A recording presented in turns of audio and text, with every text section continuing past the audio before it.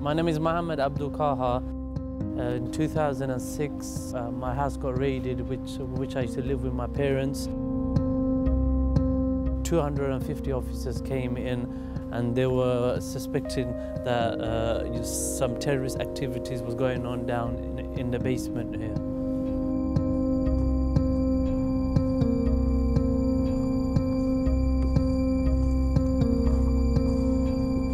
Two brothers arrested in a terror raid on a suspected bomb factory in East London. The 23-year-old Mohammed Abdol-Khahar was shot in the shoulder during the early morning operation at Forest Gate in East London. Khahar brothers were arrested. Police say they had no choice but to carry out the anti-terror raid after being given specific information about the Forest Gate address. It's about the existence of a chemical bomb. Chemical weapon. An ongoing search for evidence of a chemical weapon. We had no choice but to mount a robust operation which required a fast, armed response.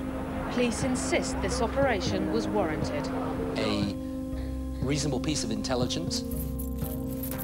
They had intelligence saying that me and my brother go downstairs at late times of the night and stay up to about an hour, 2 hours, and then casually come up the stairs again. The next day we repeat the same thing. So they assume most probably some activities going on here. 250 police officers. They came in the early morning, about, as far as I can remember, it was near enough 4 o'clock in the morning.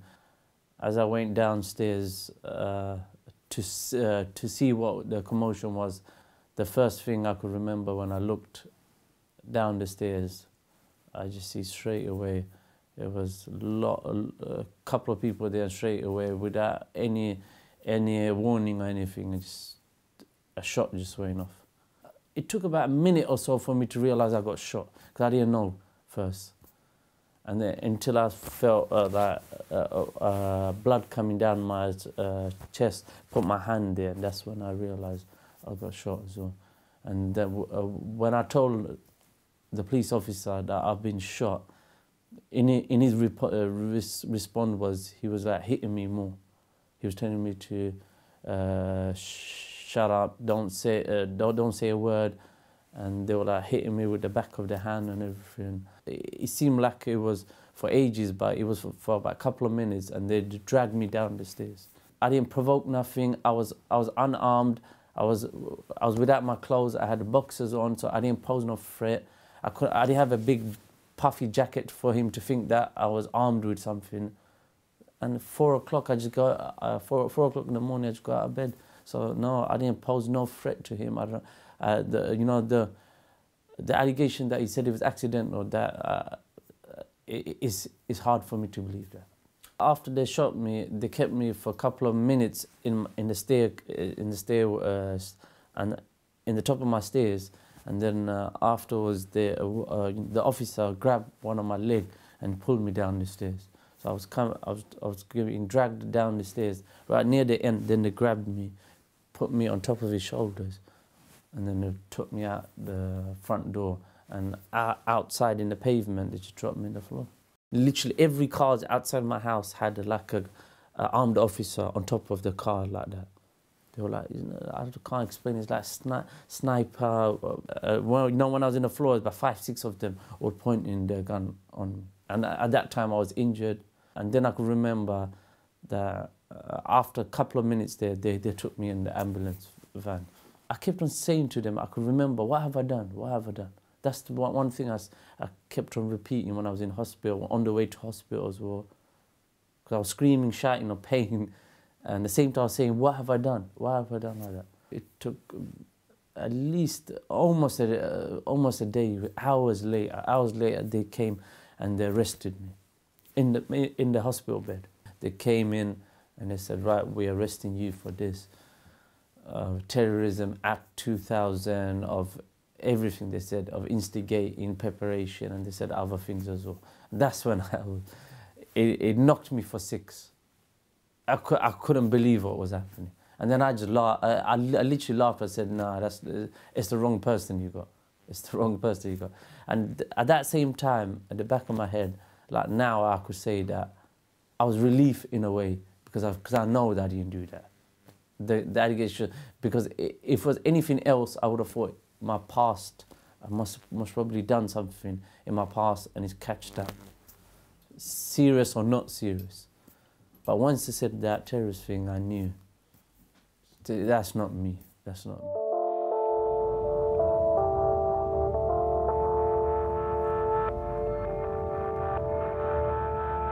This is all my neighborhood. I grew up here. Well, I moved from Brick Lane whilst I was 2 years old, so I can't remember. But as far as I can remember, from primary school onwards, I can remember I used to walk these places. You know, I had no goals in life, no nothing. I just think I just take day as it comes. But then, you know, when you get into knowing other people, then you get into more trouble. But I've been to 4 different schools. I've been chucked out of 4 different secondary schools. I was always there for about 2-3 months and getting kicked out for fighting or doing mischief. And then, alhamdulillah, I came a long way, from this. And all this, the police used to know my background because I used to be every day getting in and out of trouble, getting arrested every single day for petty little crimes. My time growing up, you had to, because if you ain't, as I said, like, you know, the way he is even in prison, if you don't do certain things, people will attack you for no reason. Because you know, at that time we didn't care about no religion, and it wasn't because of an Islam thing or anything. We were just rebels. So most of my life was just fighting, robbing. But I'm not proud of that. Alhamdulillah, left. It's tough. You know, people are fighting over postcode gangs and race gangs. Like it's like in this area, it's more of like Asian versus blacks versus Asian. Someone got murdered just 2 months ago in Plaster, just around the corner. Got shot 4 times.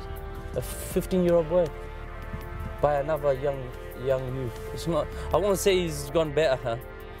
I changed when I was in prison. When when my mum visited me, I think it was on the 6th or the 5th Eid, and the way she cried to me, I will never forget that day. And from that day on, I promised myself I'm stopping all this. I started to practice. I didn't even know how to pray Salah. That's how embarrassed I felt. I didn't even know how to say the first words of the prayers. I just got up. I knew what the action was. I just done the action in my prison cell bed. And I said to, not myself, raised my hand, I said, if there is any God, help me. Help me. That is exactly what I said. And I said that I believe in Allah. Now can He help me and guide me in the right way that I could at least pray. Because I didn't even know how to speak Arabic or read Arabic. Because if I didn't go to prison, I would have never learned. I mean, not the first time, but it took me 5 times, 6 times. I went in prison 6 times, on the 6th time I learned. But yeah. But alhamdulillah, I say I felt grateful that I'd done everything when I was a youth, very young, and I'm still young now, and I've changed. So in my in my Jahil days, I was more or less like a normal non-Muslim. Because I didn't know how to say nothing. All I knew, the basic word Bismillah. Subhanallah, I didn't used to eat halal food. I used to eat nothing because no one taught me this. My parents didn't used to teach me this because my parents wasn't religious at that time as well. And my whole family, I was the first one to practice. And from me, alhamdulillah, everyone started to follow. My dad, then my mom, then my brother, my younger brothers and all that.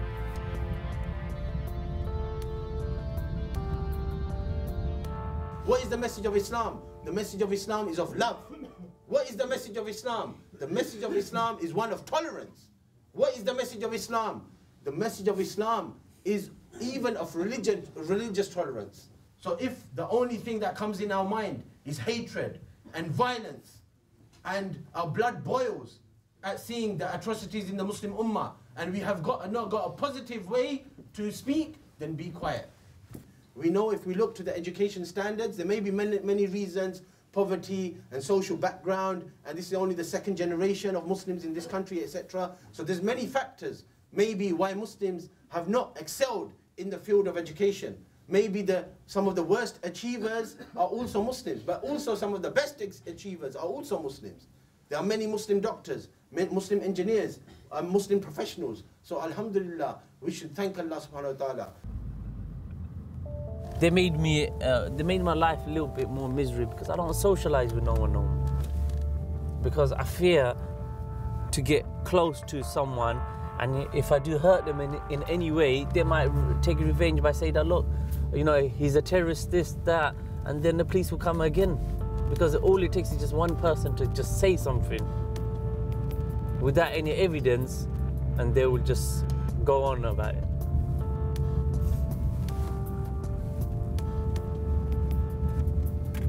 Because since the raid, so many times they have tried to arrest me, falsely arrest me for assaulting a police officer and having a firearm. Right, I'm gonna go right leg.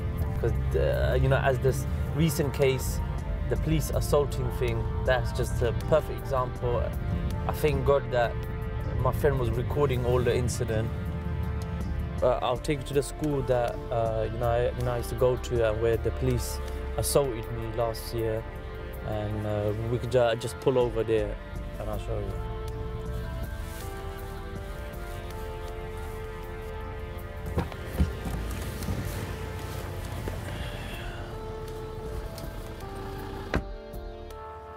So we were playing football here for about over an hour, and then all of a sudden we see two police cars just pulled up here, and they said, lads, can you come over here, please? And the first thing they said is that we got reports of just nuisance behavior, loudness, because it was quiet in the evening. And then they go that we will search you because you are in a private property, playing football, but we play football here nearly every single other day. I've been playing football here nearly all my life. 10 minutes later, another 3-4 cars came of police. So there were about at least 12, 13 police officers. And out of all of them, there was only one female officer. So all of my friends now were getting searched, and the one female officer approaches me. And at that time, I was thinking, out of all my friends, I was the only practicing one. And the female officer comes and says that, I would like to search you. I said, look, I'm not objecting by that. I don't mind getting searched, but I do mind getting searched by a female officer, when there's clearly a couple of male officers are free here. And then one thing led to another that I can't remember. Straight away, it was all so fast. And at the same time, luckily, my friend was recording on my left-hand side in his mobile phone. So he recorded all the footage. I was standing here, I was struck by my right side to my thighs, and I leaned over like that, and then the female officer was trying to handcuff me. She pulled me towards her. When she pulled me towards her, that's it. About 6, 7 of them jumped on me. They're on top of me, they're choking me. At that same time, they were choking me in my throat, and they were beating me with the baton. When I didn't put no restraint on, I wasn't trying to fight them, I was doing nothing. And then I got arrested, and I was shocked. I got arrested for assaulting a police officer, and then it was a process of going to trial. And then my friend and me, we showed the evidence on the footage, and then all of a sudden they said they want to drop the charge.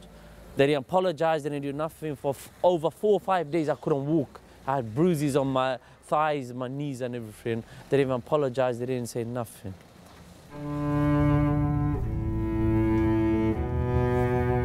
Yeah, he's a struggle. Day by day, I just take every day as it comes now.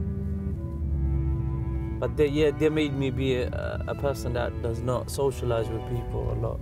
The only person I trust is my family now.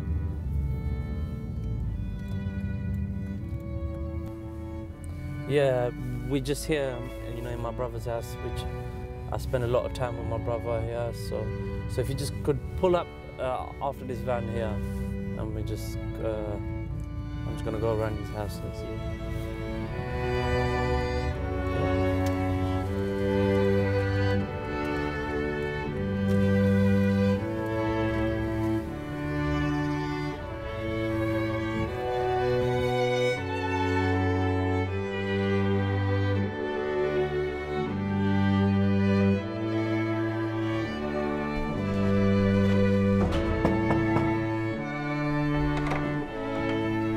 Assalamualaikum, bro.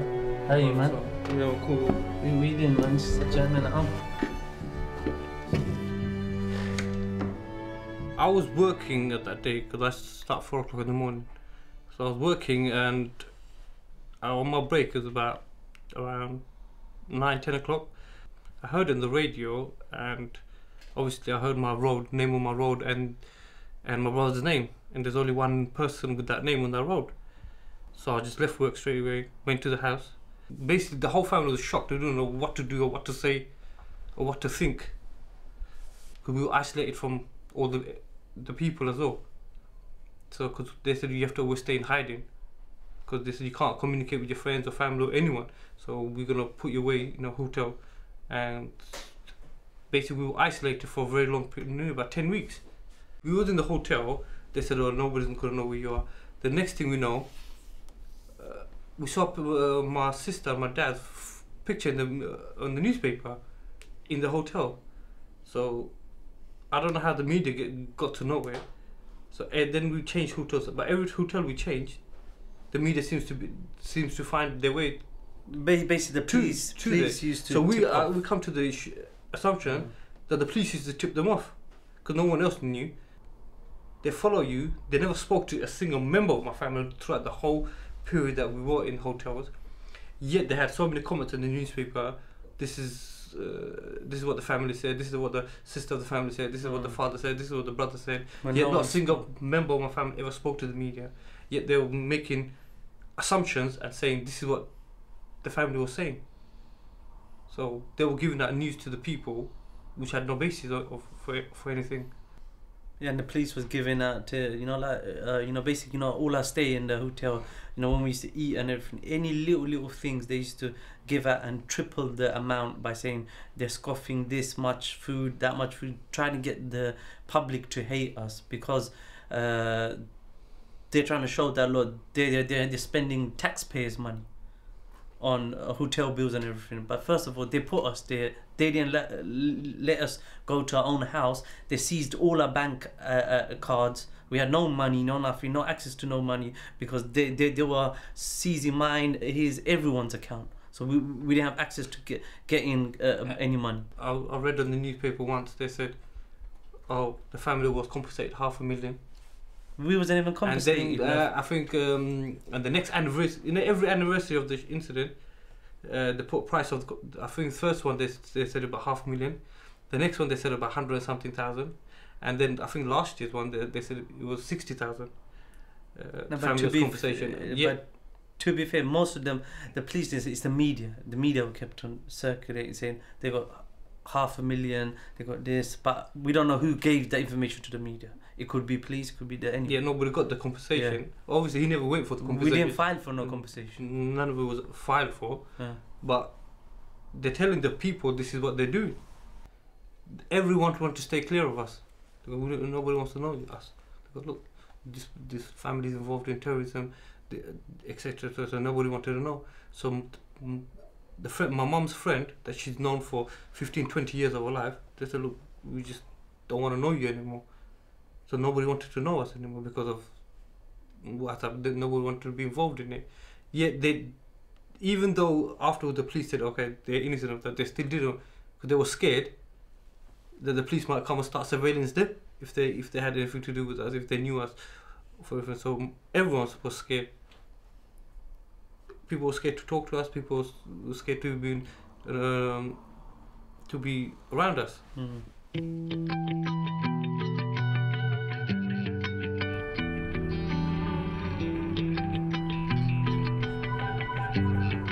Hello, welcome, brother, I'll phone you back in a bit. I'm filming, yeah. After when I got shot, they took me into the ambulance van, and that's when I was on pain so much as well. They gave me morphine on the spot there. Then they drove me to the Royal London Hospital. I was in Royal London Hospital for 4 days. 4 days, and they set up their own custody office in the hospital bed. And there was over about 50, 60 armed officers all around the corridor, everything. And then I think on the 4th day, they decided to take me to Paddington police station. 2 officers were outside, inside my cell, monitoring me 24 hours. hours going past, and all I wanted to do is just go through the interview and just get this over and done with. And they would say, we can't interview you, we're going to keep you here. And then it made me realize that because of my medication, so I had to literally make a decision to come off the morphine and be on pain just to get through the process, or otherwise they were prolonging everything. On a second day in Paddington station, I decided to come off the medicine, which I was on agony, pain and everything, just to do the interview. That first day I had about 5-6 interviews. After every hour, my solicitor told that he needs a rest because I was on agony, I was in pain. Because I couldn't move my chest at that time, it was still swollen. And so I was having rest in between, but I was on pain. And then the second set of interviews, they started to say ridiculous things like, do I know any association of Osama bin Laden? At that time, I didn't know what to laugh or anything, because I wish I did in a way, because I thought that if I didn't know, if I tell, I'll be the first one to hand him in to get that £25 million on his head. But I was just, you know, taking seriousness into humour in certain points. And then on the second day, one of the questions they asked me just took me off guard. They asked me, am I a member of a white organisation named Ku Klux Klan? And that is a white racist organisation. I'm clearly not white. At that time, I didn't know to laugh or cry. I didn't know what to do. I really knew, are they having me for a joke or not? And they kept on saying that we know you're involved in something. They kept on saying that if you tell us now, it'll be more better. I said, if I tell you what should I tell you? What you want me to tell you? If you want me to tell you something that will get me out, I will tell you. But if there's nothing there, I won't tell you anything. I won't tell you anything. And when I got released, a lot of media approached me, like the BBC, the Sky. They're offering me money to tell my story. I was in a hotel at that time. It was literally about 10, 20 journalists knocking in my hotel door every single second. They're asking me that, can you tell the story? Can you tell us the story? Can you be the exclusive one? We'll give you money on this. We'll sit down and organize how much you want this, that. So my solicitor came up with the best idea, because we wasn't in it for the money. We wasn't in it for nothing. We just wanted to show the brutality of what the police done at that time to an innocent family. So all my solicitors said, look, the only way you could do this is not paid, which everyone will know that you're not doing it for money. It'll be a big press conference. And the press conference, she explained to me, every single media will come in one spot, and they will all hear you in your own words. And then I think we approached one of the church near my area, and they agreed. So we was in that church, and we gave the press conference there as well. You know, when I got released, one of the officers in the suit made a comment by saying, "Don't go and tell anything to the press. You don't need to say nothing." Basically, we could sort it out, without them knowing anything. But I refused to do that, because I thought, why am I going to hide when you attacked me, you attacked my family, done everything wrong, and we were innocent? So yeah, and then I went ahead with it, and we done the press conference after that. For a couple of months, we were still in the police. I'm in the hotel. We were still in the hotel for a couple of months after. Mohammed Abdol-Khahar and Abdol-Khahar were being questioned at London's high-security Paddington Green police station after the raid in Forest Gate. During the operation were last night released without charge. One was shot and injured during the raid in Forest Gate last Friday. Scotland Yard says the two were freed after officers completed a search of the raided house in East London. Detectives have released two brothers arrested in the raid in Forest Gate last Friday. Questions are now being asked about the intelligence that led police to the house.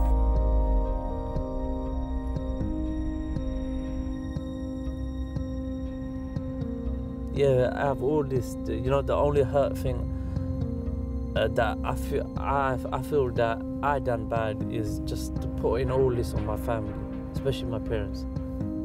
I wish at that time I wasn't living in my mum's house and it happened somewhere else. Because it was hurtful for me as it is, and it was traumatic for me. Now I can't bear that on my parents, my elderly parents. Because if I went through it hard, they went through it more hard. So that's the only regret I've got, and I feel guilty that it's my fault, which is not my fault anyway. but they made me feel guilty because I put my parents through that, which I didn't put them through that. It's the police's error. It's their brutality. It's their bullying system they done. So 3 times they have done something to me. We never get no apologies or nothing like that. But I know they're always going to be on my case. But as long as I know in my heart I don't do nothing wrong, I don't break no law, I'm a practicing Muslim, so I don't do nothing, so I just leave everything to God.